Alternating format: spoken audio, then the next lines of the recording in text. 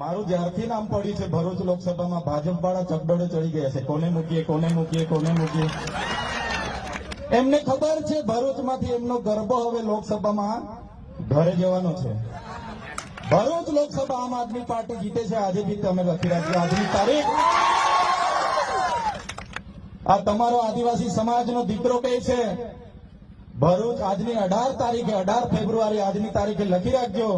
નરેન્દ્ર મોદી મારી સામે ઉમેદવાર હશે કે રાહુલ ગાંધી હશે કે મુમતાઝ પટેલ હશે, ભરૂચ લોકસભામાં ચૈતર વસાવાને રોકવા વાળા કોઈના તાકાત નથી કે ચૈતરભાઈને જીતતા રોકે.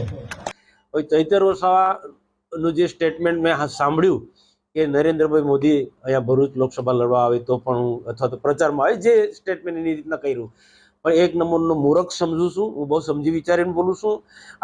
આ મૂર્ખામી કરે છે. ક્યાં નરેન્દ્ર ને ક્યાં ચૈતર વસાવા.